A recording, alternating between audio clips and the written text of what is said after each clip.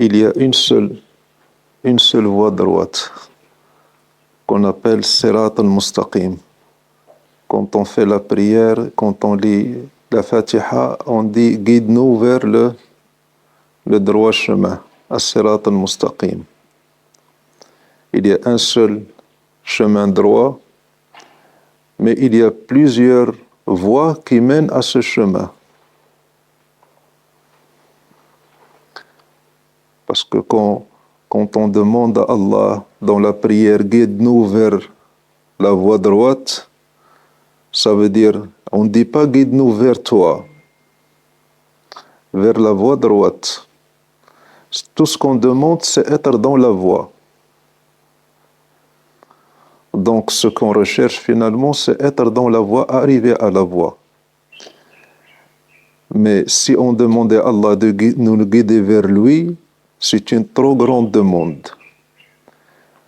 Le plus important, c'est pas d'arriver. Le plus important, c'est de mourir dans la voie. Quand on est sur la voie et mourir sur la voie jusqu'à rencontrer Allah subhanahu wa ta'ala. Mais il y a plusieurs voies qui mènent à ce chemin, des sous-voies, si on peut le dire. Donc,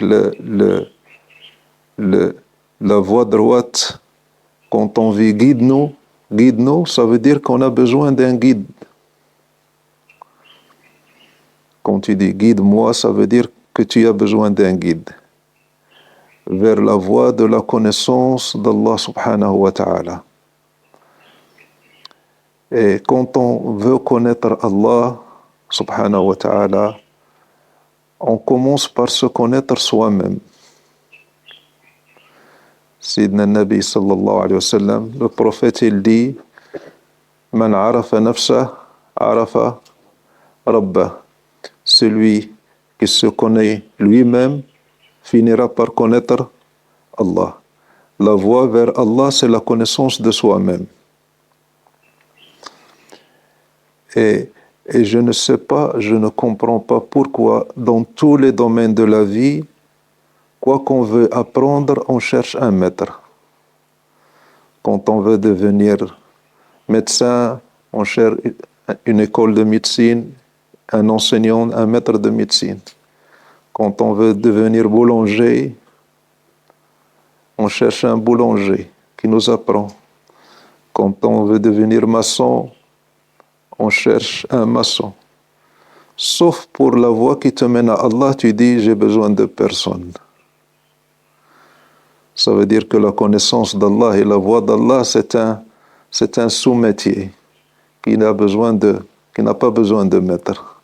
Je suis capable de le faire tout seul. Et ça, c'est un peu dégradant pour toi-même, pas pour Allah subhanahu wa ta'ala.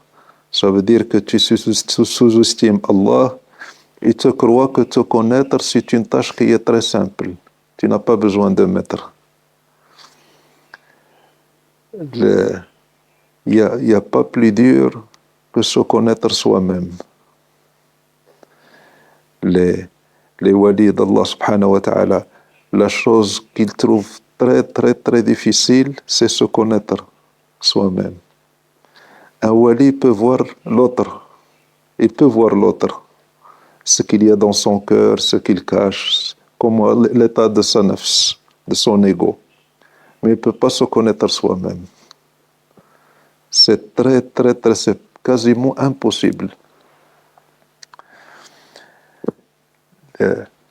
L'ego qui est en soi, connaître son ego, dresser son ego, enlever cet ego qui est obstacle entre toi et Allah subhanahu wa ta'ala, c'est une tâche quasiment impossible. Et si quelqu'un dit que j'ai combattu mon ego est mort, ça n'existe pas. L'ego, il y a plusieurs couches dans l'ego. Tu te bats, tu as l'impression que tu te bats contre l'ego, mais tu te bats contre la couche superficielle de ton ego. Même si tu arrives à gratter cette couche, tu découvres encore 1000 couches. Tu enlèves les 1000, tu trouves 1 million. Et ça n'arrête jamais.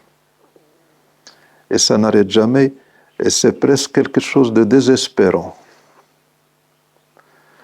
Connaître, combattre son ego. Et ça, on ne peut pas le faire sans son cheikh. Donc, quand on dit voix, on dit guide, automatiquement. Et celui qui dit voix sans guide, ça veut dire une perte. C'est un égarement. Il va s'égarer, il finira par s'égarer et il commencera à égarer. Donc, la voix, quand on dit Allah subhanahu wa ta'ala guide-nous, ça veut dire Allah donne-nous un guide. Ça veut dire que tu demandes un guide à Allah subhanahu wa ta'ala. Dire que j'ai pas de guide, ça veut dire que tu n'as pas de voix.